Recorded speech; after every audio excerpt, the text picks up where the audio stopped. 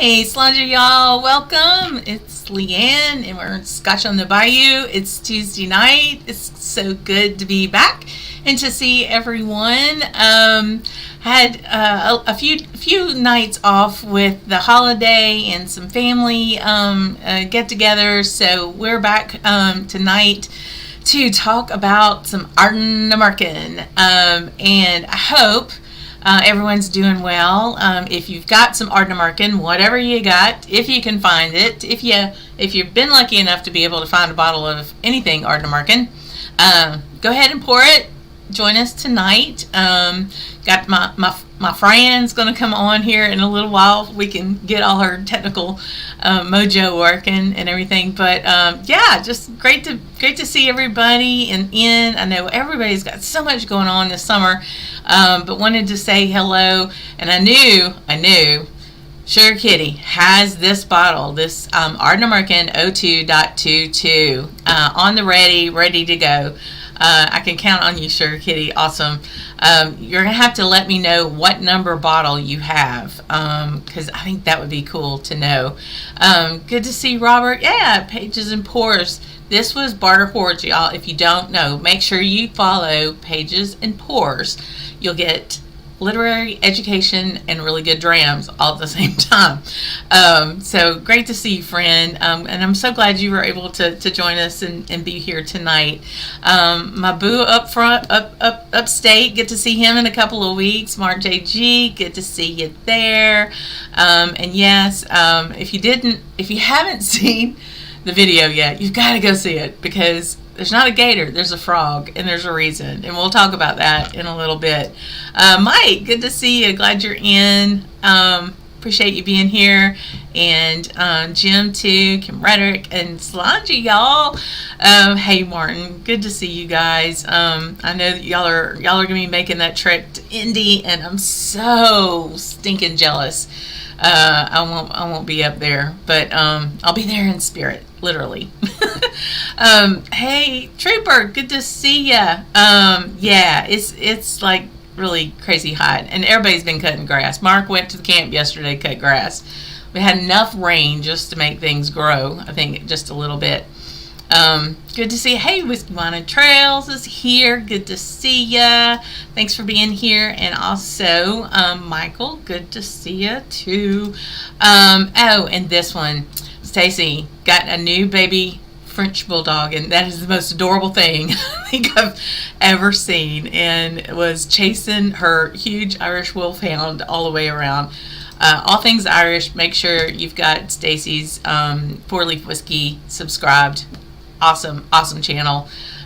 She is taking Irish by storm, and let me tell you, everybody in Ireland knows who she is, so you should too. Hey, Martin Franco Whiskey, Whiskey Franco. Like, I'm dyslexic. I'm tired now. Good to see you, and thank you for being here, friend, and always all the support. And Rob's in. Hey, friend. Thanks for being here. So yeah, the Ardnamurchan. So we had the very first Camp Dram in the swamp, and you would think after doing this for 2 years we would have been in the swamp in the boat, but no, we were actually Jennifer came over from Houston, and we got Mark to take us out into Bonanza Bay, which is a water kind of a lake area with off the river, but it has a real pretty swampy area, and he kind of tied us up, up into this one tree, but the wind was kind of blowing, and what I loved so much, there was many things I loved about the video after we finally got it done, but the wind carried us to where we almost did a complete 360. So as we're going through the video and after we're going through the review, you're getting an absolutely perfect view of the environment. It's so gorgeous. The cypress trees, the moss, the gradu stuff on on the surface of the water, the wildlife really stole the show, whether it was fish jumping or the birds chirping and flying across, or Buford the Bullfrog, I've named him. Buford stole the show. I don't know, especially at the very, very end. It is worth watching the whole thing just to see us sign off, because that was perfect. I couldn't have timed that any better. But yeah, it was wonderful. Not only was it our first in Swamp Camp Dram, but it was my first bottle of Ardnamurchan. And the only way I got this bottle is because Jennifer brought it. So it is the AD Ardnamurchan 02.22, and it's the cask strength at 58.7. And I mean, these people are doing some good stuff. Really, really good stuff. Yeah. Hey, Donner passes in. Hello, my friend. Thanks for coming in. Goodness gracious, doing some good stuff. Oh, and you're drinking some Hunter Lang Old and Rare. I've been at 23. Woof. So Sugar Kitty, this is the great part. We're going to talk at length about this. If you've got a phone that you can, on the back of your bottle, that QR code, it's going to tell you everything. If you can scan that, it's going to tell you what bottle of total that is. And we'll get that in just a sec. For sure. Yes, that bullfrog was amazing. He was in the peanut gallery. It was a lot of fun. But yeah. Hey, John. Good to see you too. Really, really appreciate it. So yeah, let me bring on this friend who she's had a whirlwind day, y'all. And we're working on some tech here. So hopefully she's able to come in and join us. Hello, my friend. Good evening. Everybody, welcome Jennifer. Jennifer! Leon! Thank you for being here, and thank you for hauling the Ardnamurchan all the way to Louisiana and yourself, so that we could do that first in Swamp Camp Dram. Anything for you. I love it. I'm just so privileged. Yeah. But yeah, we talked a good bit about not just the whiskey and what we were tasting, but Ardnamurchan itself, because they are relatively new, right? And you, I keep saying y'all go watch the video, because girl got it on, pouring it. She got the whole man spread out there with the glass. I'm not really sure what was happening there. Sorry. It was all good. But yeah, it's very interesting. So we did this video. It was woefully behind on doing videos. I'm working on that. But we did this in April. So it is July now. I went to Scotland and back, since we did this video, which we talk about me going on the trip. And I just want to, I'm going to put this in real quick. And so we took, as far as our trip there, we came off, that was our biggest travel day, because we literally got off the ferry from Raasay to Skye, had to haul it to the other end of Skye for another ferry to the mainland, and then hauled it on a single track road to Ardnamurchan. Let's just say Mark is not a fan of single track roads. This is the one that Gregor said he drove the camper van to, which I cannot even imagine. But good for him. He survived it. We survived it. Next time we're going to Malt and taking the ferry from Tobermory over. When we go, because you have to go. You have to go for sure. I want to. By the way, I'm seeing some comments in the feedback, but I've got some echo. Oh dear. I don't hear it. Okay.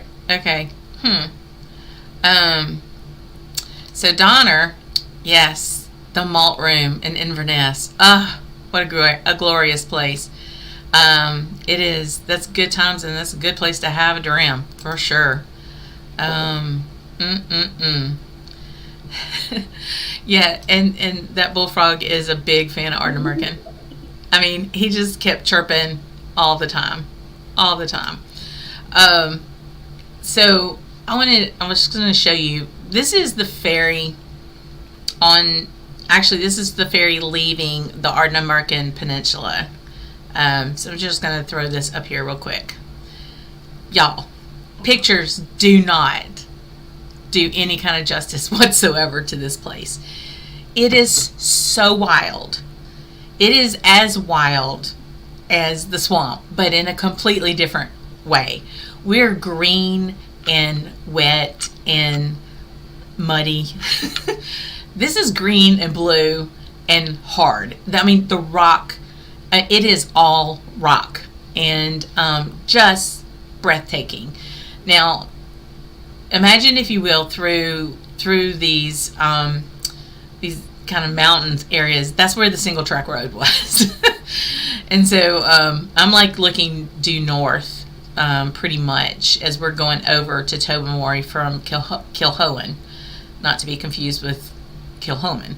And it's just breathtaking, just absolutely gorgeous. And then when you get to the actual distillery, this is on the hill behind it. So you can see the pagoda just there over on the left. So you see how green everything is. It kind of flattens out. The peninsula kind of flattens out right at where the distillery is.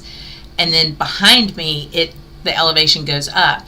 And Ardnamurchan has their warehouses just stacked up. They just finished 4 and 5. And 4 is filled and 5 is on its way. And it's breathtaking. It's just it's really breathtaking. So I just kind of wanted to give y'all a quick glance, and I even called this kind of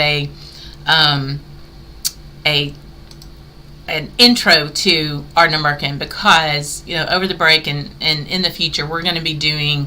I'm going to put together another video that's really more in depth and talk about things like their heated and cooled malting floor. We talked about those subcoolers on the condensers in the video, and I'll get more into all of those things and all the bits and weeds and things. But yeah, just a fascinating place. Can you hear me any better now? Yes. I think you sound good. I don't know if other people are hearing the echo, but I'm not hearing it. Okay. So, yeah. While you were doing your beautiful slideshow, I was tinkering with my settings to see if I could make it better. Actually, it sounds really good to me. Yeah. Robert says you're still getting some echo. Sorry about that, guys. Do you know if you have your speakers on, or you're just hearing me? You hear me. Okay.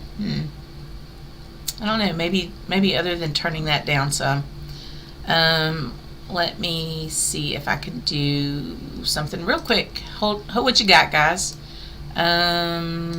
Let's try that. Can y'all hear me now? How about you? Talk some more. I can hear you great. Okay. Record some raps. Okay, we'll try that. I tried to put noise or echo canceling on to see if that had any effect for her. So hopefully it does. But anyway. Your sound is better now. Okay, so we'll try that. So Ardnamurchan's owned by Adelphi. We talked about that. Independent bottler, started making spirit 2014. One thing I do love about them so much is they get the basics, and I say the basics because they're basics for me. They get them right. Non-chill filtered, no color added, right? Tell me a bit more about the heated and cooled malting floors. Like what? That's really badass. So the malting, they when they're steeping. They steep. I need to do more research on it because we just kind of did a quick drive, walk through and everything. Let me do this maybe. Ooh, it's a little close. Hello. I know, it's right. Woo, we're here. Hello, everyone. But so they have these lines. So the this floor. They've got the malting floor, and there are lines that almost like floor heating, where you have the lines that go up under, and so they're able to control the germination of it to and the malting because of the environment, so they have a little bit more control of that, which I think is really wicked. Really I cool. remember when we were at the Isla Whiskey Academy at Lafroig, and I was asking John Campbell, because obviously this is like, I've lived in Houston for too long, right? Because my first thought was like, how does this stuff not mold? But it's also not like 90 degrees and full humidity, right? So I was Right. asking John, like, because it's obviously just the old floors. There's no heating or cooling. They've got like the open windows, and it's just keep that stuff turned and aerated, and you Yeah. don't need anything else, right? Right. And that particular room that they have the maltings, they have, ventilation on the sides. But I think, from where they're going with it, it's just a way to be able to control where they want the sugar content at that point. And then, it's really interesting. I've got a long list of questions for DJ. Of course. And big shout out to DJ who took us around to the warehouse. We popped through a couple of some parts of the distillery, not a lot of it, and to the point where you see just how, and I want to say rudimentary in that it's not an automated, it's a hands-on whole process. So when you think about that, I mean, to me, it was more in line of even like how Bruichladdich was, and just where this is new, it was still old school. Yeah. And that was very interesting to me as to how they're doing things, very hands-on, even to the point of, the way they're making their cuts, and the way that they are even checking the alcohol content, at bottling, and where they're putting it in the cask and stuff. So they had a book on, how to use the temperature and relative humidity and figure out like what percentage needs to go in the cask instead of a button. And so that was really, pretty neat, it's pretty neat seeing that. And you and I, we talked, we do need to make a correction on the video, on the review. We talked about the Stillman. It wasn't Stillman, it was the bottler. So sorry, Lewis Hamilton. Yes, Lewis Hamilton was the bottler, not the Stillman. So I'm waiting to hear about that.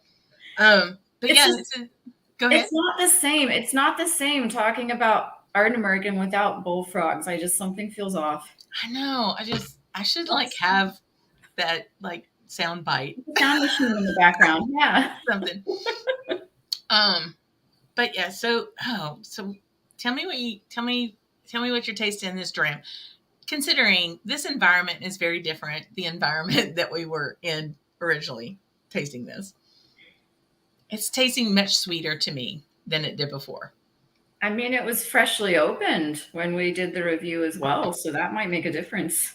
It ain't freshly opened anymore. Nor is mine. Oh, I think I got a little. I think you got more. We're at the same level. You have to say, okay, mine's on the bottom of the logo, and yours is like mid logo. Yeah, mine's like right under the word Scotland. Kind of, yeah. But really, the peat is on the fin. I mean, we talked about there being like a smoke char kind of thing. Yeah. Not a lot of peat on the nose at all, considering. So the casking on this was predominantly, like, I would say 90% ex-bourbon peated. And then there were, I wouldn't even say like 93%, maybe 7% was sherry unpeated. And you would think, okay, well, that's going to be so peated, but that spirit was not overtly just, it was not very dirty, like peat dirty. It's more of a char to me, and a little bit of a smoke. And so I'm listening. I'm looking at because obviously before we started the episode, I scanned the QR code to pull the page up again. Yeah. What bottle did you have? Sugar Kitty had like bottle three. Where'd it go? 366 out of 7,500. I have bottle 160. 160. I had 144. Ooh. Ew. So all that swath went to. What'd you get? The specs? It's usually. Mm-hmm. Yep. Yeah. Yep. No, but I mean, to me, the peat. To me, the peat's quite present, not in a stinky seaweedy Isla kind of way, but to me, the peat's really quite present. On the nose or taste? Nose. I mean, you get the bourbon sweetness. There's some like nice creme brulee and stuff going on, but I definitely get kind of a sweet char on it. Oh yeah, definitely so, but nothing like a. I mean, I think some people just think, okay, if it isn't peat, so peat equals medicinal, and that's not the case at all because there's so many different types of peat. Yeah, this ain't no Band-Aid peat. No, ain't no Band-Aid around it at all. Ain't no Band-Aid. I'm putting a couple drops of water in mine as well. So, Mike, tell me about 4.23.03. Yeah, I'm in trying 21.03. I'm in trying to navigate their whole expression numerology. And that's kind of crazy because it's a little different. So this is numbered for the date it was bottled, 02/22. Then they have things like this. Oh shoot, which one was it? That it was a Doty's. It was Dottie's. It was a particular like a special bottling of something, and it was dated 06.17 for the date it was distilled.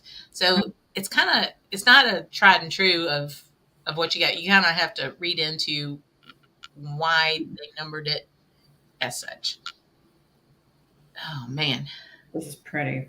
But yeah, I mean the nose. I mean the light char and that sweetness. I still get a little lemony kind of thing going. Oh, the fruit on it's real pretty. Yeah, because we talked about fresh like pear, apple. That's right. We said orchard fruits.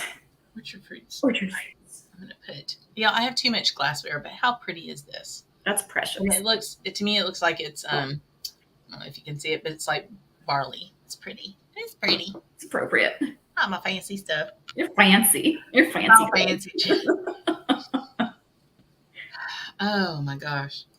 Yeah, ex-bourbon and high ABV. 58.7, take my money, please. Word. Right there with you, friend. Right there. I'm rocking an old school Scotch on the Bayou original blend. Hey, look at you. Mm-hmm. Yeah. So I hope she's like my perpetual sidekick, but she could totally do this. She could rock this out. Oh, no. You wouldn't believe. I was like, hey, I know you having a really big day today, but don't you want to jump on the live stream? Always. Yeah, the water just blooms things out a little bit, you know? It's great with a splash. Because what was it? 58.7. It's pretty high. Yeah, and I get more sweetness, just like I did in the boat. And just for those who have not seen, Mark was driving the boat. Jennifer and I were looking cute in the boat, drinking. So it was very hot out there. It was. It got warm. It got really warm. That wasn't sweat on our faces. That was glow. We were glowing. It was. We're glistening. We're glistening. Okay, Rob, you need to tell me about the cask on this one too. So that's a AD 0915. So I'm assuming that means, and it's a CK. So that's cask 632, a single cask. Most of those are like UK specifics, but so I'm saying that I would guess since they only started in 14 that was the date it was distilled. Tell me. Goodness. I forgot to check specs before I left Houston. So I I forgot to look for more Ardnamurchan. That's the one thing I forgot to do before I left town was look for more Oh Ardnamurchan. man, I know. you'll make a run to Dallas. Just like They better have good stuff there. so. A couple more things about about Ardnamurchan itself. We talked about on the video about the environment. So the Scotch Whisky Association or Scotch Whisky Awards awarded them the Sustainability Award last year. Wow. Because they are doing things right. They're so respectful of their environment. They just want to be amongst it and not of it. They don't want to be over it. They just want to be part of it, which I absolutely adored about that. And for 2 years running, they have been the best new distillery in the OSWAs. And for those who may not know, the OSWAs are the online Scotch Whisky Awards.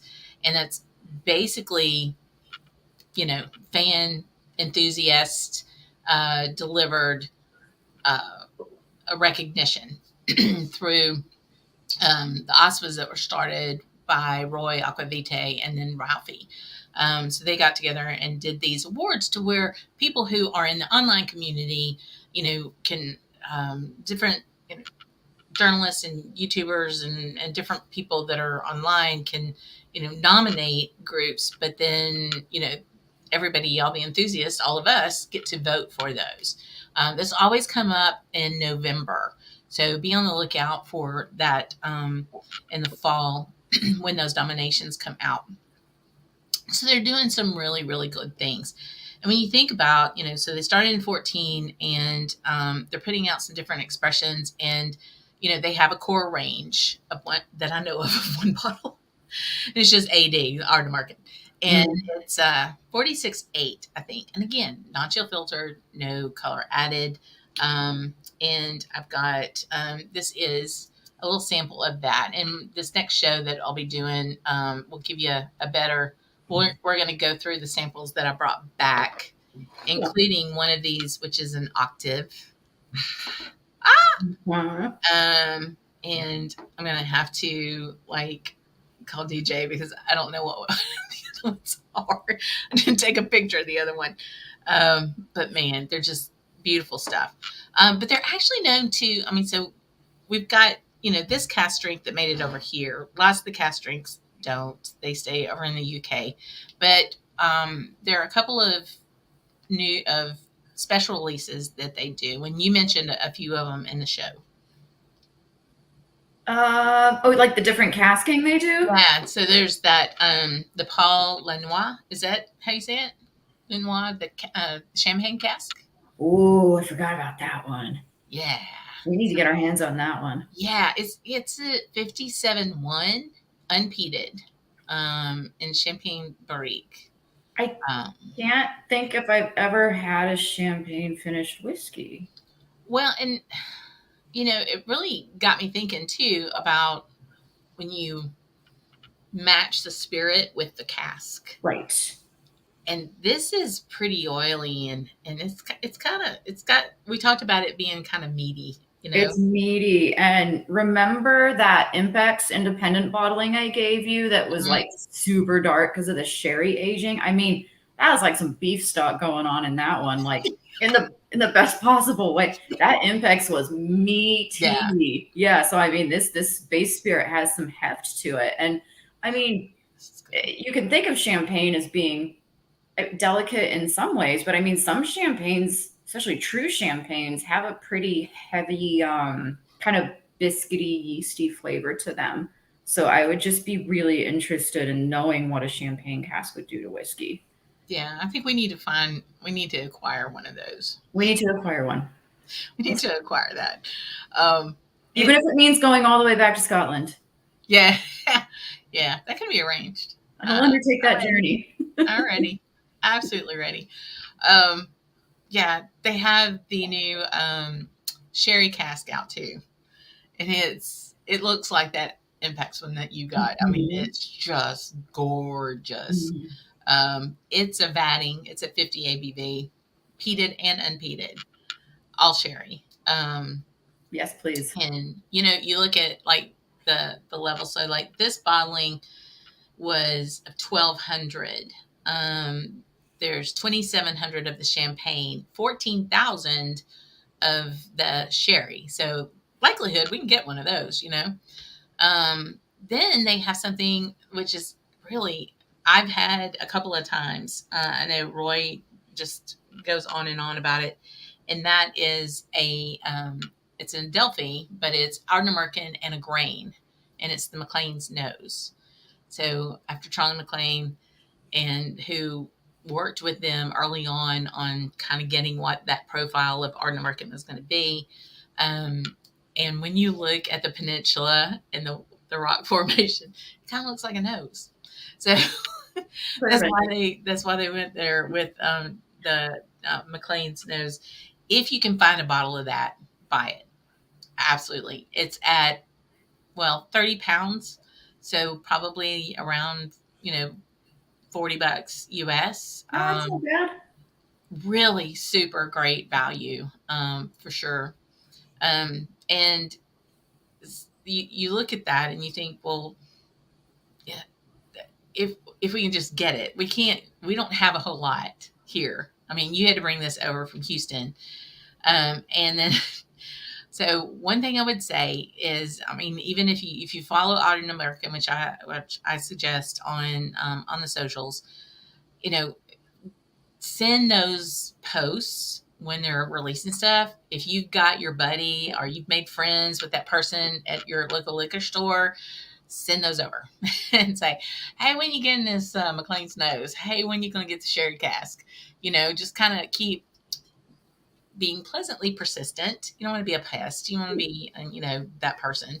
But they need to know. They need that feedback. And I would almost say pretty much Ardnamurchan's auto buy at this point, from everything that I've seen and everything I've heard from them. My new mission is to find that champagne cask. There you go. There you go. So Sugar Kitty is drinking this with us and says lingering sweetness for sure. You get the initial fruit sweetness, then the smoky char comes in. Absolutely. More towards a Kilhoman. Okay. Particularly their 100% Isla. Very interesting, Sugar Kitty. Me yow on that one. That's for sure. Yeah, I could see that. The nose makes you want to go, okay, I'll take a drink. It's like some noses you just kind of like, okay, I'm going to just sit there for a while. Oh, for sure. It's very inviting. Man, oh man. Martin Fielder's saying he has the Paul Lenoir release. Of course he does. Where did you find that? All right. It was whenever getting in the car going to drive to East Texas. Goodness. So, hey, Matt, Whiskey on the West Coast. Follow him. He just hit 1,000 subs, y'all, and just got back from Scotland. He's still glowing. I can promise you. He's still glowing from his Scotland trip.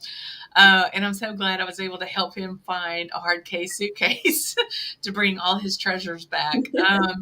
But yeah, he so loves both of his 02.2 and then 22 and then the 2101. Tell me what that one is. Yeah. Is that, you have to tell me what that first one is and why the number difference is that.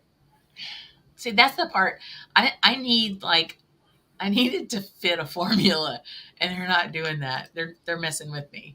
They're totally. I think I was reading about it. Remember how before we went out on the boat, I was like cram studying like a nerd. Remember? Yeah. I was sitting at your camp, like, hold on, I'm not ready to go yet. I have to do some more research. And there was a system to the numbering, but that was April, and I've since forgotten. Yes, it's kind of all over the place. There's some sort of system to it, right? Like, yeah, for sure. When is the Scotch on the Bayou trip to Scotland? Oh, friend, don't tempt me. I would love to do that. Probably a couple years out, but to do a collective thing. But that would be a lot of fun. And I'm actually going to be working on content on what to think about when you're planning your trip. So that's going to come up because I learned a lot on this trip. I learned a lot about what not to do and some things I was really happy and pat myself on the back. Some other things I was like, well, thank God he looks after stupid people because he did for me on a couple of things. If a group of us went to Scotland, it would be shenanigans. That would be some phenomenal footage. Oh man, can you even imagine? No. This is so good.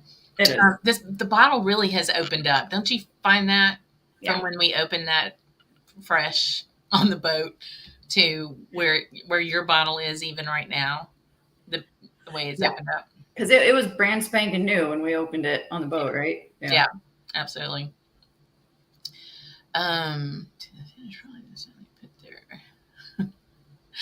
Do I know anyone who went up to the finished product at a distillery and put their head under a spigot and turned it on out? No, I don't. Michael, is this confession time? Are you telling us maybe that out with it? Come on. Good done? Caused an international incident?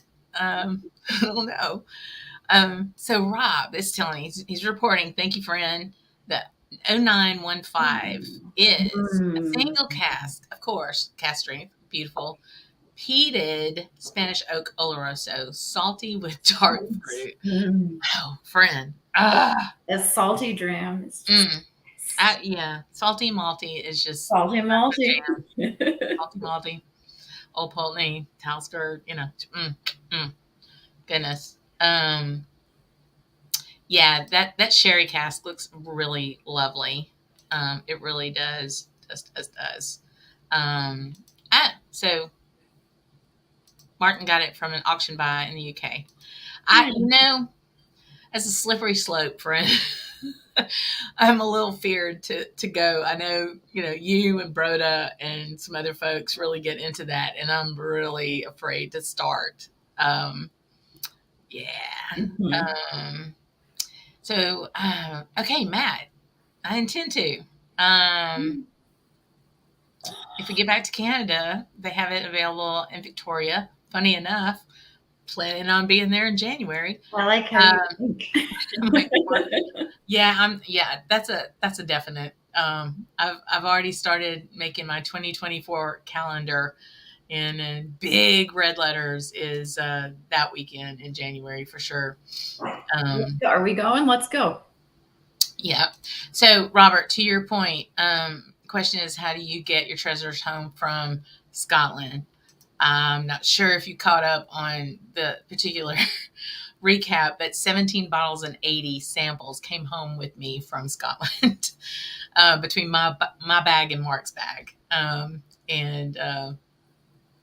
a breeze, thank you, knock on simulated wood through customs, and it was great. Yeah, it was awesome. So awesome. So the AD 01.2101 is the second bottling of the regular AD release before they simplified the codes. I love that part. Before they simplified them. I was like, what y'all making us do math? Like, you're making us do math while we're drinking. They probably got a fair bit of feedback on that one. Like, hey, not so many numbers, Kay. Yeah. Now, Martin, that's a great idea. We can get together with the dummies, as we were all supposed to go 2 years ago. Yeah. 3 years I ago. was signed up for that one too. Yeah. We were all supposed to be there. That's for sure. That would be it. Yeah. I was real proud of myself on that. So what we talked about, and we showed in the video, and we've talked about a little bit here tonight, is the QR code. So I'm going to go ahead and I'll share this again. So this is the website. So in the video is a link to this page for the bottle that Jen and I had on the boat, which is the one I have. And you said you had 160 something? Yeah, something like that. Yeah, I have 114. What I love, again, Lewis Hamilton, God bless you. You're famous now. We do know that you're a bottler. And you bottled it on the 24th of February. And I love the transparency of this company. It's all out there. It's all natural, hanging out in front of everybody and God, and they just show you everything that you want to see. They give tasting notes on it, but here's the power of the information. It really is. When you look at the barley, and they say, it's most of it's grown in West Fife near the head office. You mentioned on the uh, property of one of the owners. Just being able, and then you get in here, barley variety used for this batch. Oh, I mean, Concerto at Broomhoff Farm and Brucefield. I mean, in the Brucefield. So right down to the plot of dirt. That's some stuff. Beautiful. That is just amazing. So you get into the maltings, okay, and the mash, and you want to see what the temperature is, okay. Nikki took care of all of it as it's being mashed. The first water was 64.5, the second at 82, the third at 90 degrees Celsius. I mean, you get that information is just amazing. Let's see if there's anything else on that. Then we get into fermentation. How long was this fermented? 76 hours. And Gordon fermenting. Gordon kind of runs the place. Thank you, Gordon. Yeah, I know, right? 76 on the fermentation. And then you get into distillation. This is where you were talking about. You can even find the hydrometer readings for this batch. That's so great. Right? So, the minimum was at 65.7. The top was at 75. I just, what do you do with this information? How important is it? Just the fact that it's there means, I think, a lot. As a funny side note, I learned the importance of hydrometer readings because I homebrewed beer back in the day. And I don't know if I think I shortchanged my first batch of beer by about a gallon. And so I was learning how to use a hydrometer because you measure like the, original and final gravity. You do a little bit of math, you get the ABV of the product, right? And so I checked my math multiple times. My first batch of beer was an IPA. It was supposed to be like 6%. It ended up being 9.5%. And I said, whoops. Whoop. And so I served it at the party anyway. And the guests became very, very chatty within the span of half an hour. And that's where I learned the importance of hydrometer readings. 9 per beer. Yeah. Wasn't no PBR, that's for sure. It was not no PBR. So here's what I love. You're getting where'd it go? Oh, it's not gonna let me. There it is. Hydrometer. So let me see. I don't know if I can make this any bigger. Yeah, I can up here. So here we go. Here's the PDF of every cask by cask number that was put into this batch. What year from 2014? So all the sherry was from the first year of maturation. Amazing. So, you've got that. And then 2015 is when all these bourbon casks were. And you had 2 sherries that were from 2015. The rest, so you had some unpeated. Okay, I didn't realize that before. Okay, so some of the bourbon is unpeated, but the majority of it is peated. All the sherry is unpeated. So, is there ppm, parts per million, information anywhere on the barley or because that seems like it'd be a detail they'd want to, Yeah, probably. I don't know. Anyway. Yeah, it's probably somewhere around here on probably overall peating. But yeah, I just love the fact that they have so much information you have to work with, and just know that there's some really cool stuff that's going to be coming out of it. I mean, you can say you're shopping and you're wondering about Ardnamurchan.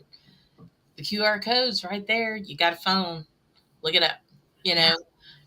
You don't have to wait till you purchased it to get it home. You can kind of see right there. How many times do you look at a bottle on a shelf and you go, wonder what the casking is? Yeah, they don't disclose it half the time, you know. A lot Right, of other they don't tell you right, anything, you know. right. So, yeah, it's really interesting. Yeah, I've been to quite a few of her parties. Robert, you do want to be at Jen's parties. They're wonderful. They really are. Um, so yeah, Ardnamurchan's going to have some interesting things. I definitely want to try to get more exposure to them.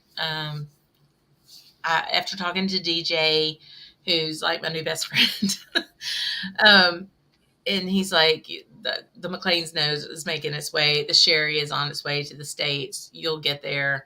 They're distributed by Impact, so they're getting here. We talked a little bit about the fact that they're owned by Adelphi, and Adelphi's an independent bottler, and they're you know seeing the writing on the wall, like many of them. Another is Gordon MacPhail. Just saying, okay, we might need to start making our own spirit because of the likelihood of getting spirit from other distilleries and all. They've just done this the right way. I'm very impressed, and kind of takes a lot to make me impressed in this day and age, I think.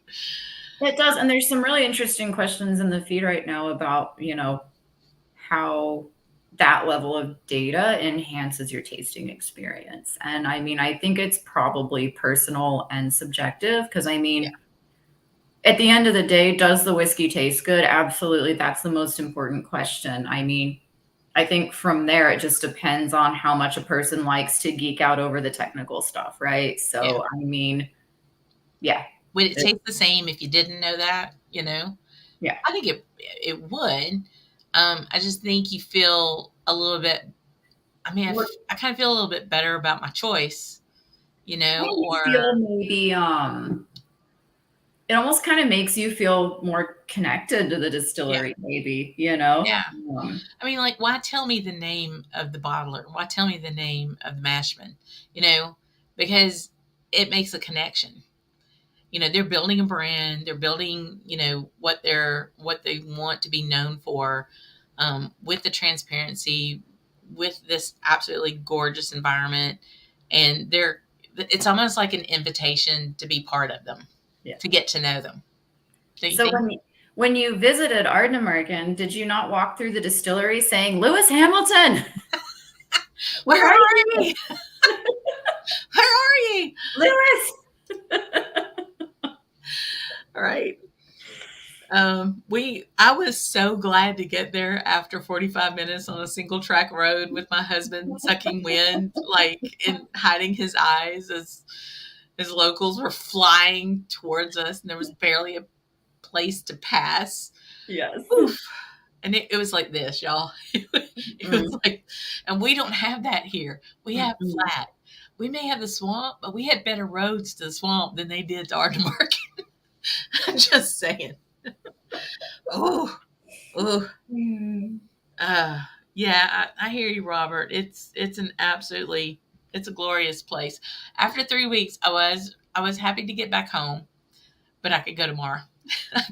Just give me 45 minutes to pack, and I could get No leave doubt. tomorrow. That 10 o'clock flight goes out of New Orleans. I'd be a little pressed to get there by then. But yeah. Anyway. So yeah, well, I appreciate you very much. Any more words on Ardnamurchan as we think wrap this part up? It's good. Go buy it. It's really good, y'all. Yeah, no, they're doing cool stuff, and I've not met a bottle I don't like so far. So Yeah, I mean, I kind of go back to what Sugar Kitty was talking about. With similarities to Kilhoman, it being peated, to me, it is so different than Isla's. I can see the Kilhoman kind of alignment because I think Kilhoman is even an anomaly on Isla. it's a sweeter peat. Yeah, Yeah, yeah. but this I would never mistake for an Isla peat. I would not No, mistake it for a Highland Park peat. agreed. To me, it's more robust, and I do get a little bit of salt on that part of it. But yeah, I just, you know, I think it's an auto buy at this point. I was like, yes, I'm an Ardnamurchan fangirl. I'm not too proud to say. But yeah, so that's pretty cool. And I really do appreciate you coming over. Where this will be interesting how we'll be able to do some more things like this. We'll get you back down at the camp in cooler weather eventually. Yes. I am in. This is my partially moved in home in Oklahoma City. So I will still come visit you. There might have to be planes involved. I wish I could just hop on I-10 like before, but Southwest is probably cheaper than the gas you would have spent on I-10. True story. And it's the same amount of time from the New Orleans airport to the camp that it is from here to the camp. So we're good. We're all golden. When you put it that way. Yeah.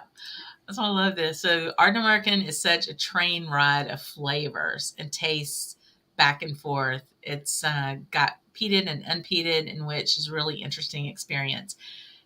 Yeah. I mean, I could kind of, it's not like you go, oh, I taste peat or I don't taste peat. It's just that marriage of them, Yep. I think they balance it out. And I will also say that I think Isle of Raasay is doing that well. Another fangirl of that, but because like even in their core range, half is peated, half is unpeated, in how they're even doing the proportions of that, as far as the ppms on the peated is really interesting, and all of that is stuff. Of course, I found out over on my trip. So yeah, so I want to get to that in a second, but Jennifer, if you can hang back in the background, I want to thank you again for coming on. I love having my whiskey bud. And I'll hopefully next time the sound, lighting, everything will be a bit better. This is like, day 3 of move-in, so it's a miracle I was able to jump on here. So it's amazing. I can't tell you how much I appreciate you always. Like I said, wouldn't miss it. Wouldn't miss it for anything. All right, friend. I'll see you in a bit. Okay. Bye, everyone. Awesome. Yeah. Gosh, y'all, it's so much fun. Of course, the man. We talked about you in the video. I don't know if you saw that, Gregor. But yeah, we were really we were impressed at how you could get a camper van down the single track roads to Ardnamurchan. Just absolutely glorious place. So I want to kind of give you an update too on the channel and where we are on that. Last time that we were on, I kind of gave a heads up. I'm going to take some time. Tonight's going to be our last live show for a little while. So you're going to be able to get your Tuesday nights back, but not for long. Life stuff, it's summer. Everybody's got something going on. We've got some things we need to take care of. So we're going to be coming back in towards the end of August. So just, 3 or 4 or 5 weeks, something like that. That will be off. Because we have so much we're working on. We had over 2,700 video and picture files that Mark and I took while we were on our trip. We've been downloading like mad. And so we're going to be working on that. We've got family stuff. We got camp stuff we need to take care of. All of those things. But we're going to be rolling out some more Camp Dram. So during that hiatus, you're going to get more actually videos than you've been getting from me, which is wonderful. I'm also going to be working on a couple of series for, as far as the Scotland part goes, we'll be doing that. We're probably, after we start lives up again, we're going to start doing a couple on Sundays because we made so many contacts and gotten to know so many people over in Scotland that I want to have them on the show. Tuesday nights, they're sleeping at 2 a.m. I am not going to ask them, hey, can you get up at 2 a.m. to be on the show? So we're going to be doing some Sunday afternoon. So it's more palatable for the UK time period. And we can get some of these folks that we met over there online on the show. And if you can't make it on a Sunday, that's okay. You can always see the replay. But yeah, I'm excited about that. I also, one of the things that we're going to be doing is I'm working on a series. I say working because I'm really trying to do the research and just deep dive into two different subjects that are really piquing my interest, and that is American single malts as a holistic um, category, and then the particular producers who are coming up with some really good stuff there, and also independent bottlers. Because the more I got into the Ardnamurchans, and with Adelphi and Gordon MacPhail and Hunter Lang and Scotch Malt Whisky Society, and you start getting into what they're doing, there's a lot of misnomers there. And I'm like, okay, we need to talk. We need some more education about that, because there's some misinformation, and I think there's some preconceived ideas about independent bottlers that I'd really like to delve into and kind of go out there. Through both of those series, we'll have camp drams related to those independent bottlings, and also the American single malts. So that'll be fun. And then, so we're working on that, and then we'll be having lives, associated with both of those two series. So that's a lot. It's a lot. I'm really excited about the fall. So that'll take us into the new year. But I'm still around during the hiatus. So if there's anything you want to talk about, you can always hit me up on email at scotchonthebayou@gmail.com. And you can always hit me up on socials at Scotch on the Bayou on Facebook and on Instagram. And just let me know what y'all think, what you like about the channel, what you want to see more of, what things are like meh, that's okay. I'm all good. Just kind of let me know what's going on. Thanks, Matt. I appreciate it. I know you know how much work this is. But yeah, we will definitely be talking a lot more, and I look forward to doing some stuff with you, friend. I really do. And yes, I do believe Jeff Whiskey is going to be on for Roy this week. There's going to be something on the Bayou associated with Jeff Whiskey coming up. I'll just give that little teaser as well. Yeah, American Single Malt's a lot of fun. It's really going to be interesting on what they're doing. So many good ones. Mm, mm, mm. Goodness gracious alive. Yeah, thanks so much for being here. I really do appreciate it. Stay tuned to socials. I'll have the date probably that last week in August. May do some Instagram lives here and there. Don't be a stranger. Let me hear from you. But very soon, we'll be back on Tuesday nights. Stay tuned for camp drams and other videos coming out. Thank you all for your support. I really, really appreciate it. And until the next time, Slàinté, y'all. Mm, mm, mm, mm, mm. So good.